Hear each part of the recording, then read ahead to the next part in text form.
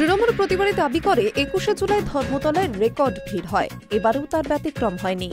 কিন্তু উত্তরবঙ্গে উত্তরকন্যা অভিযান কর্মসূচি থেকে রাজ্যের বিরোধী দলনেতা শুভেন্দু অধিকারী দাবি করেছেন, তৃণমূলের ২১শে জুলাইয়ের ভিড় আদতে রোহিঙ্গা চোরেদের।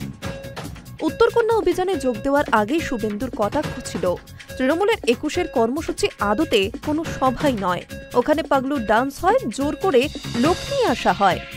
শিলিগুড়ির সভামঞ্চ থেকে আরও এক ধাপ এগিয়ে গেলেন শুভেন্দু। তার দাবি, ধর্মতলায় যে ভিড় তা আদতে রোহিঙ্গা বা দাগি চোরেদের। তাদের সামনেই বক্তব্য রাখেন তৃণমূল নেত্রী মমতা বন্দ্যোপাধ্যায়।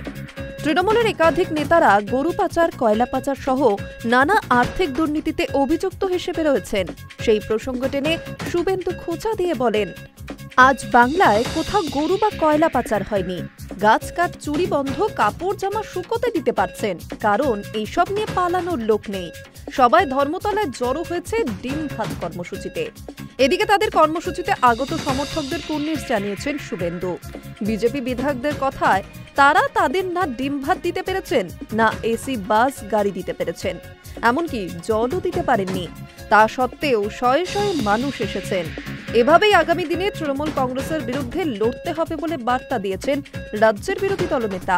এদিকে এই কর্মসূচি শুরুর মুখেই রাজ্যের মুখ্যমন্ত্রী ও মন্ত্রী নেতাদের বিরুদ্ধে কড়া ভাষায় আক্রমণ শানান শিলিগুড়ির বিজেপি বিধায়ক শঙ্কর ঘোষ। তার সাফ কথা, তৃণমূলের চোর নেতা, মন্ত্রী আর মুখ্যমন্ত্রীর কারণে উত্তরকন্যা অপবিত্র হয়েছে। আমরা এই অভিযান করে উত্তরকন্যাকে পবিত্র করব।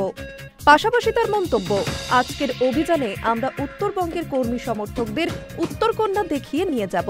২৬ সালের পর এখানেই বসবে বিজেপির মন্ত্রিসভা। High news network.